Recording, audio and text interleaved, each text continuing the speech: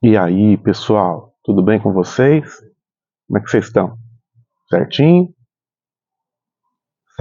Sábado chegando, né? Sexta-feira à noite. E eu começo perguntando para vocês: o que vocês sabem? Qual a referência de vocês da música cantada em espanhol? Rock, pop, latinos, né? Bolero. O que você já ouviu? Você gosta? Não é para você? O que você conhece?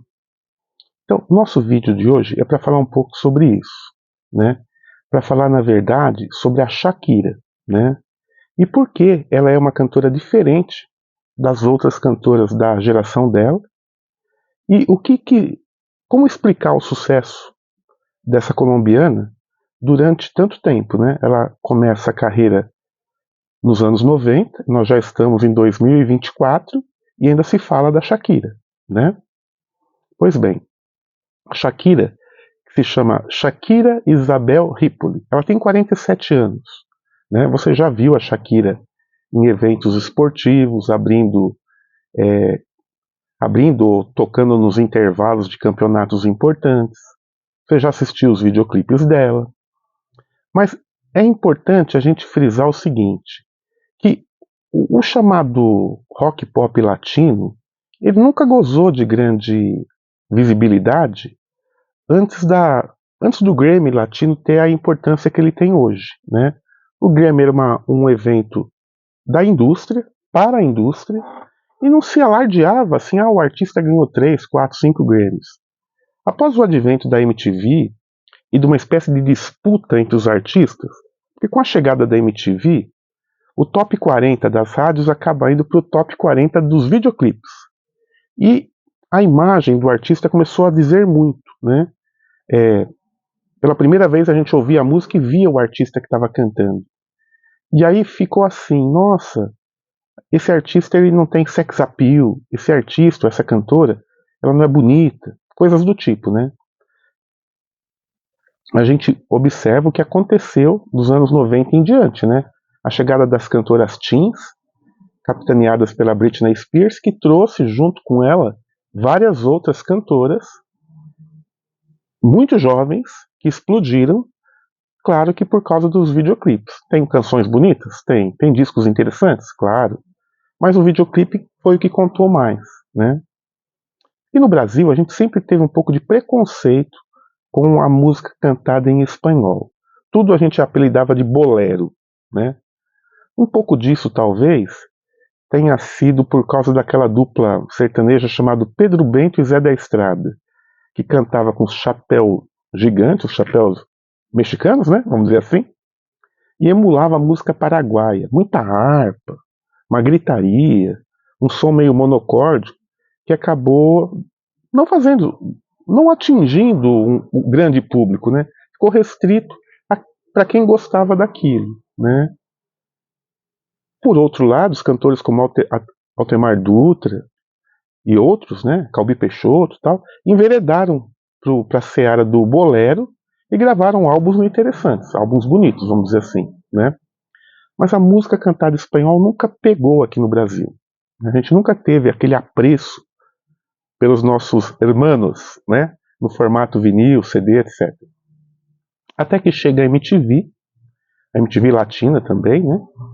E a MTV então começa a despejar uma quantidade grande de bandas, de cantoras, de cantores. A gente vê o Luiz Miguel, né? É bem famoso, Ricky Martin, né? E as cantoras latinas, né? Eu já falei no vídeo anterior sobre a carreira da Gloria Estefan, né? Hoje nós vamos falar sobre uma cantora, compositora, música, né, no caso. As pessoas não sabem, mas a Shakira, ela é violonista e pianista. Ela toca em grande parte dos álbuns dela, né? Ela controla a carreira com mão de ferro, ela é dançarina, ela é atriz e é, com certeza, sem dúvida, o maior nome, talvez, do rock latino da atualidade, né? A, a carreira dela começa no início dos anos 90, quando ela lança duas demotapes ou CDRs que não emplacaram. Eram álbuns meio tosco, meio urgente, né? Ela tinha uma verdade para falar. Eu estou falando dos álbuns Magia e Peligro, né? Que, para usar uma linguagem da internet, floparam, né? É um segredo guardado para poucos. Esses dois álbuns, cantados em castelhano e em espanhol, tiveram tiragens pequenas, são dois pequenos tesouros. São discos renegados pela Shakira, que ela não incorpora na sua discografia, né? Que só começa então no ano de 1995 com o álbum Pies Descalços. Aqui ela novinha, ó, bonita, morena. Esse álbum de 95, chamado Pies Descalços, pode ser considerado, embora seja o terceiro, o primeiro álbum da cantora colombiana. É desse disco que tem seu primeiro sucesso, né? Latino e talvez internacional, que é a música Estou Aqui. Você conhece? Estou Aqui explodiu no mundo todo.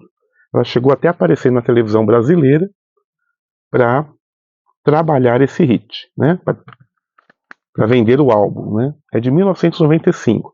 O mundo começava a olhar com atenção quem era aquela moça chamada Shakira, que começou a ganhar elogios. O álbum foi subindo nas paradas e a música colombiana colocava a cabeça para fora, né? Lembrando que a música colombiana, venezuelana, ela ainda é um segredo para poucos, né? A gente conhece pouca coisa desses países, né? Com o advento da MTV, a gente teve aqui lançado no Brasil algumas bandas de rock mexicano, né? Café Tacuba, Totem, Aterciopelados, o rock argentino, né? Do Soda Stereo, não sei se é argentino ou espanhol, seja como for, são artistas que cantam em espanhol, mas que tiveram sua chance de aparecer para o mundo por causa da televisão, né? E a Shakira soube aproveitar isso. Uma coisa importante de falar da carreira dela é que desde jovem ela se interessa em aprender a tocar violão e principalmente ela se desenvolve como dançarina do ventre. Ela aprende a dança do ventre. Isso foi importante na época de construir a imagem dela, que sempre aparecia descalça, com o umbigo de fora, sensualizando e dando um show de dança e de carisma, né? Esse é o disco que ela acaba conquistando, talvez, a Colômbia e os outros países. Chama Donde Estão os Ladrones? Onde estão os ladrões? Em Brasília, né, Shakira? Não precisava perguntar, né? Brincadeiras à parte. Esse é um álbum que ela constrói, escreve todas as músicas, compõe todas as músicas, produz, olha que interessante, toca os instrumentos e, liricamente, esse álbum ele versa sobre pequenos furtos do dia a dia, pessoas que roubam coisas pequenas, e também ela finaliza falando das pessoas que roubam nossos sonhos, roubam nossos projetos de vida, né? A gente vê muito isso hoje, né? Pequenas maldades que povoam a cabeça das pessoas, que estão meio embrutecidas com muitas coisas. E a Shakira, no ano de 1998, já falava sobre isso, no que ela considera seu segundo álbum. Esse álbum rompe a fronteira da Colômbia, começa a tocar em rádios de vários países do mundo e chega na lista dos 500 mais da Rolling Stone. Olha que coisa. Ah, mas são muitos discos, entraria. Gente, para estar na lista dos 500 mais da Rolling Stone, a concorrência era muito rara, muito árdua, né? Estamos falando de bandas que gravaram desde os anos 60 até hoje, dos dois lados do Atlântico. E ela emplaca esse álbum aqui, Donde Estão os Ladrones, de 98, né? Uma curiosidade é que esse álbum ele tem a produção também, junto com a Shakira, do Emílio Esteves. Não, do Emílio Stefano. Eu estou fazendo uma colinha aqui. O Emílio Stefano é o marido da Gloria Estefan, né? Cubano. Houve um momento que começou a ter uma troca de figurinhas entre as cantoras latinas, né? E aí surgem os videoclipes, né? A gente começa a entender quem é a Shakira. Aparece a Christina Aguilera, a Jennifer Lopez. E cantar, e observar e curtir o rock pop latino acaba não sendo mais uma coisa estranha, né? Até que a Shakira, por causa do sucesso desses dois álbuns, é convidada a gravar o MTV Unplugged, né? Aqui também ela fez questão de aprender inglês, né? Ah, mas todas as faixas são em espanhol. Ela tinha já preparado o próximo passo dela, que era seu primeiro álbum cantado em inglês, né? Aqui nós temos 11 músicas, uma apresentação bem legal, você pode ver esse show no YouTube, né? E ela escolhe as melhores músicas dos álbuns anteriores e faz um compilado ao vivo aqui. É um show curto com 11 músicas. Nós temos O Oitavo Dia, Donde Estão Los Ladrones, Inevitable, Ciega, alguns sucessos da carreira dela. Aí, chega o ano de 2001 e o que acontece? A Shakira, ela pinta o cabelo de loiro, grava um disco em inglês, o álbum começa a escalar as paradas, é o primeiro álbum dela totalmente em inglês, e aqui é que tem uma pérola do repertório dela, que é a música chamada Whenever, Wherever. Vocês conhecem esse clipe. Sensualíssimo. Ela faz a dança do ventre, canta descalço, arrasa. Esse disco, ele foi o 7º álbum mais vendido no mundo do ano de 2001, né? Era muito sucesso para uma cantora só. Estamos falando aqui na época de uma cantora com 30 anos de idade, talvez, né? 20 e poucos anos. Os videoclipes catapultam a imagem dela, faz os discos serem distribuídos e ela ganha um disco de platina quíntuple, né? Lembrando que, como eu falei, foi um dos álbuns mais vendidos no ano de 2001. Eu estou falando do álbum Laundry Service, serviço de lavar, né? Lavanderia. Nós temos uma máquina de lavar aqui na contracapa. Ela bonita, ó, sempre explorando aqui a sensualidade, jovem. Nessa época acho que ela começa a namorar ou está casada com aquele jogador Piqué da seleção espanhola, né? Não tinha para ninguém. 2001 foi o ano da Shakira, né? Com o sucesso, ela começa a excursionar. Começa a fazer shows na América Latina, nos Estados Unidos, em alguns países da Europa, que culmina com o lançamento do DVD Live of the Record. Aqui nós temos uma dupla de CD e DVD. Estou falando do ano de 2004, né? Aqui a gente tem vários videoclipes e a gravação de um show ao vivo, né? Bem legal isso. Ok? Ocorre o seguinte, a Shakira estava precisando, além do sucesso comercial, de uma galvanizada, de um reconhecimento artístico, né? Lembrando, se ela fosse uma cantora comum, ela simplesmente chamava os produtores da moda e tentava fazer sucesso entrando no top 10. Mas ela sempre controlou a produção dela. Ela sempre gravou, ela sempre produziu algumas músicas, sempre escreveu as letras. E aí ela tem a ideia de lançar 2 álbuns ao mesmo tempo. Eu estou falando dos álbuns lançados em 2005. Fixação Oral e Oral Fixation. Então nós temos um disco em espanhol e um disco em inglês. Nesse primeiro, com capa vermelha, ela com uma criança na capa, ó, ganhou 5 estrelas de várias publicações no mundo todo, né? Esse é um disco produzido pelo Rick Rubin, aquele cabeludo que gravou os melhores álbuns do Red Hot Chili Peppers, né? Que produziu grandes álbuns do heavy metal, né? Ela chamou o cara, a gravadora deu ok, e nessa virada, nessa tentativa dela falar para um outro público, para falar com o público roqueiro, vamos dizer assim, ela acerta em cheio, né? Esse álbum ele é produzido pelo Rick Rubin, como eu já disse, mas é nesse ano que ela é atacada por pintar o cabelo de loiro, permanecer loira.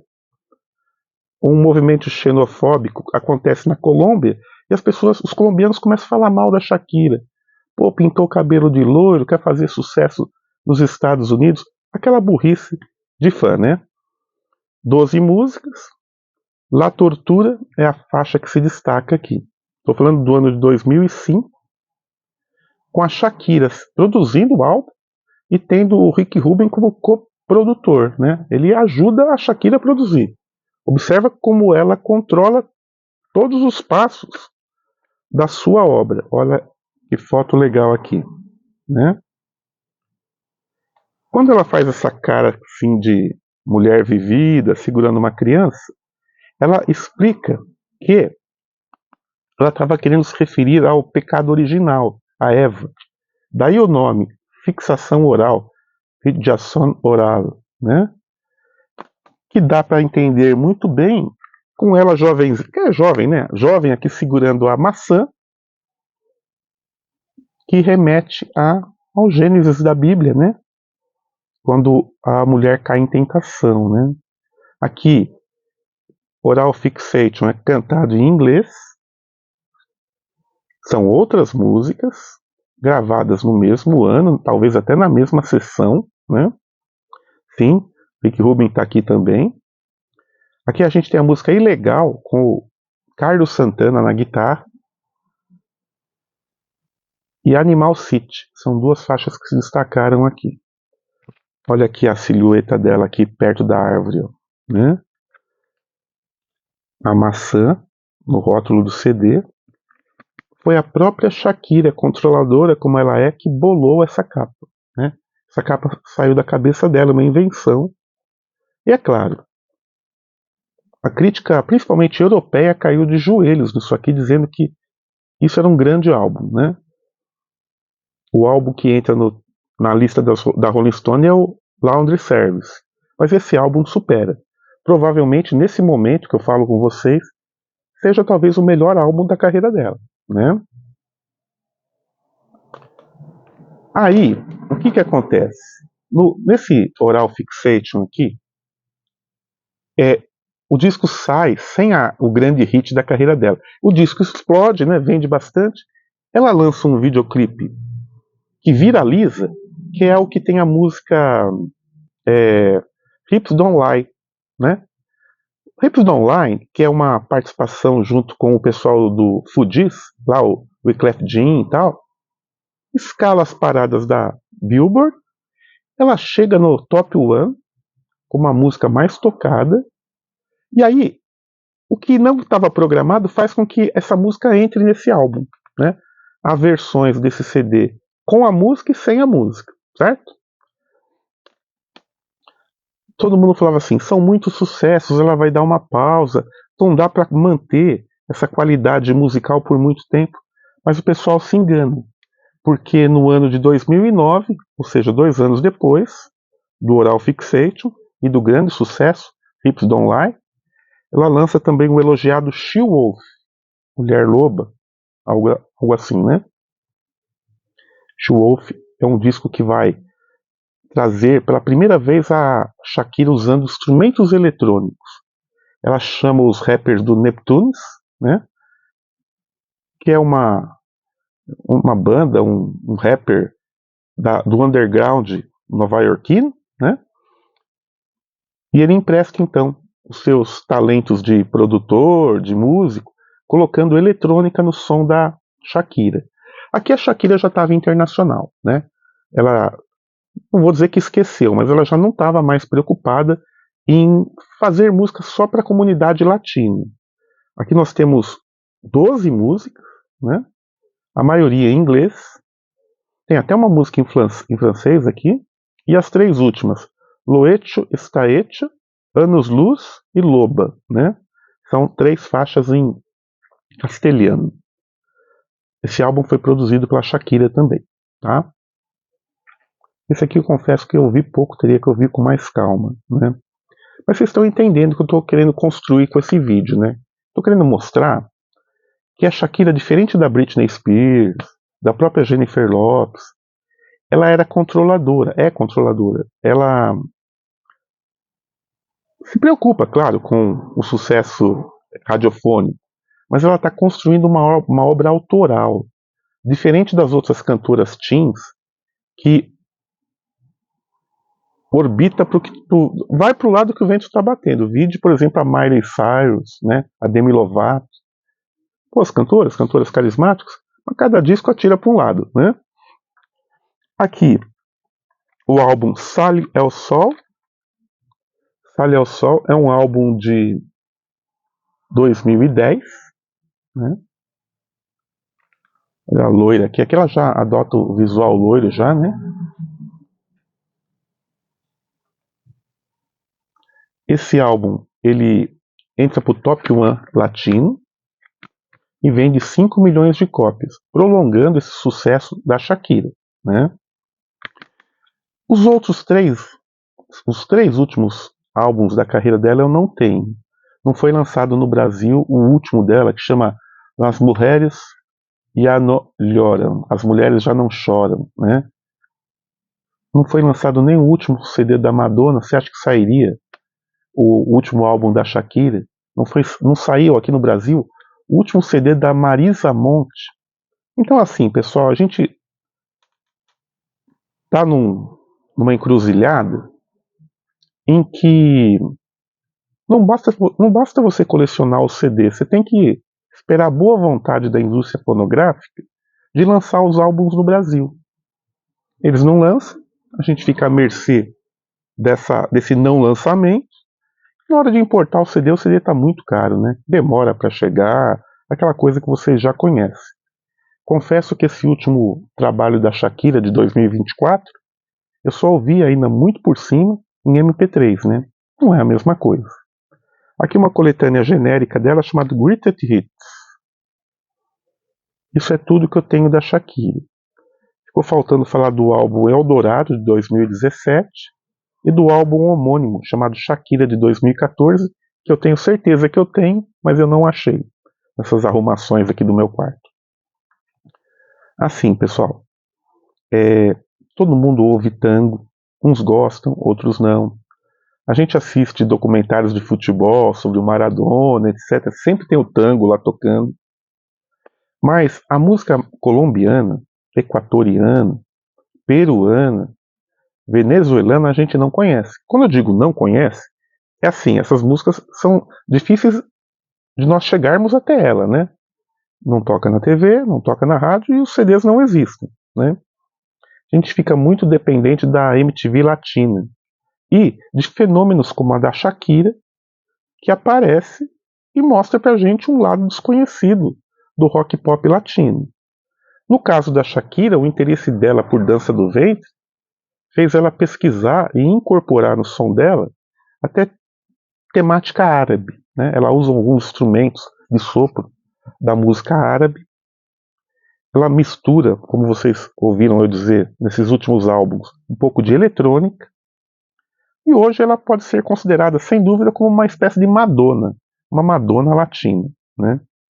Sim, tá adjetivado. Eu só estou falando bem dela. O que eu conheço dela são os videoclipes e os CDs, né?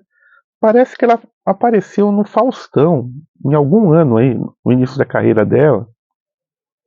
Não sei se foi em 98, 99, ela veio no Brasil trabalhar o álbum e apareceu no Faustão, né?